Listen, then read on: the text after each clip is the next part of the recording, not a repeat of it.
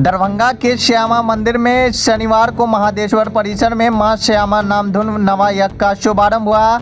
इससे पूरे शहर में का वातावरण गुंजायमान हुआ। वहीं मंदिर परिसर से कुमारी कन्याओं के कलश शोभा यात्रा के साथ ही नवायज्ञ शुभारंभ हुआ। 216 घंटे तक चलने वाला इस नामधुन यज्ञ में लाखों श्रद्धालुओं की जुटने की संभावना है।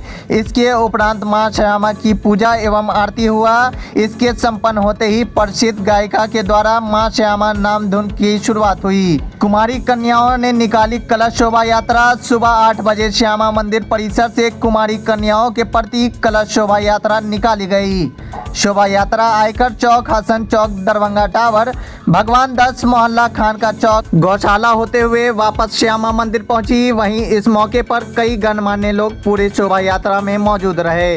नवायज्ञ के दौरान मिथिलांचल ही नहीं बल्कि पड़ोसी देश नेपाल से भी बड़ी संख्या में श्रद्धालु मां श्यामा के दर्शन को पहुंचते हैं। यहां भीड़ इतनी लग जाती है कि उसे नियंत्रित कर पाना मुश्किल रहता है। इसी को देखते हुए पूरे परिसर में कई जगहों पर सीसीटीवी कैमरा भी लगाया गया है। वहीं भारी पुलिस बल की तैनाती भी की गई है।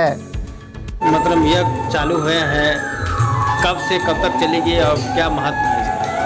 आज अभी कलश शोभा यात्रा के साथ इस महायज्ञ की शुरुआत हुई है और अभी 10:30 बजे इसका विधिवत उद्घाटन होगा। फिर अग्नि स्थापना होगी प्रधान पुजारी जी के द्वारा और उसके बाद नामधुन प्रारंभ हो जाएगा।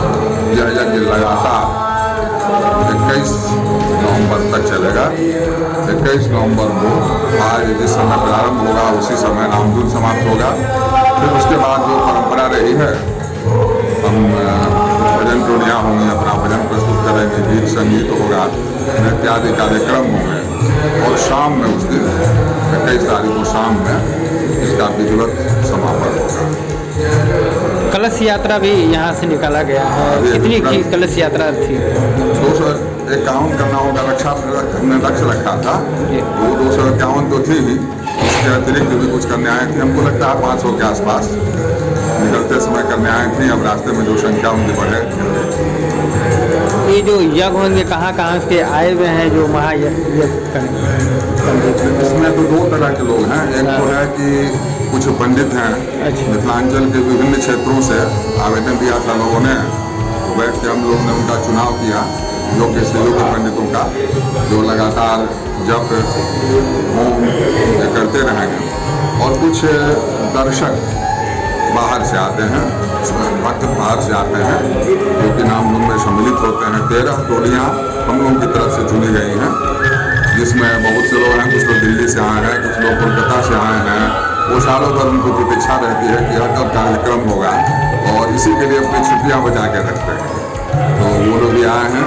13 के अतिरिक्त अगर बीच में कोई और आता है, अपनी इच्छा व्यक्त करता है, तो बीच में हम लोग इसका समावेश करेंगे ताकि अधिक से अधिक लोगों का समावेश हो सके। ये मंदिर जो बनी हुई है, इसका रहस्य क्या है? मतलब उद्देश्य किस?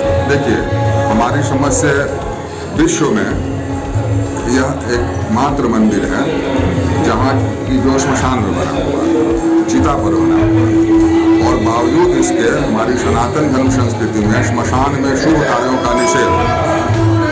किंतु यहाँ एक आश्चर्यजनक बात है कि यहाँ सारे शुभ कार्य होते हैं।